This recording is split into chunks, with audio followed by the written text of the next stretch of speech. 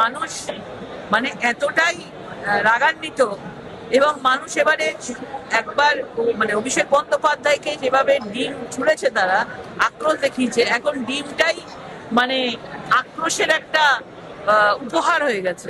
মাদ্রাসাতে শিক্ষার বিষয়ে কোনো রকম আলোচনা ছাড়া সবকিছু হতো। আমার মনে হয় মাদ্রাসাগুলোকে চিহ্নিত করে সেগুলোতে কি হয় না হয় সেগুলো অবজারভেশনের দরকার রাজ্য সরকার করেছে। মানে তারা মুসলমানদের তুষ্টিকরণের রাজনীতি করেছে, ডেভেলপমেন্ট করেনি এবং তারা দিনের পর দিন তাদেরকে ইউজ করেছে।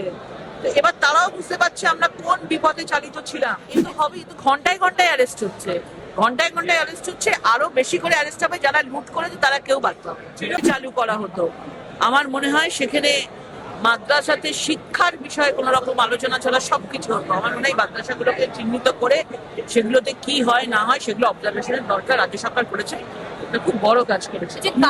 পচা ডিম মদন মিত্র থেকে শুরু করে বাপ্পাদিত্য, মানে তৃণমূল কংগ্রেস বেরোলেই চোর চোর স্লোগান আর পচা ডিম, এটা একটা ডিম থেরাপি চলছে। এটা দেখে কেমন লাগছে?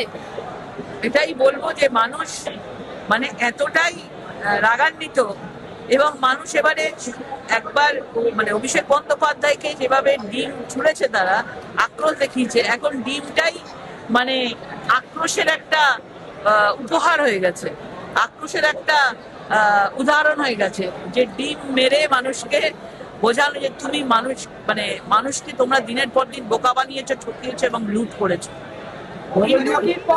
আপনাদের দলে হিন্দু ভোট তো বারবার বিজেপিতেই ছিল, এবার মুসলিম ভোটে সেখানেও ভাঙন দেখা যাচ্ছে। 30% মুসলিম ভোট যদি বিজেপিতে আসতে হয় তাহলে লাভ আপনাদের।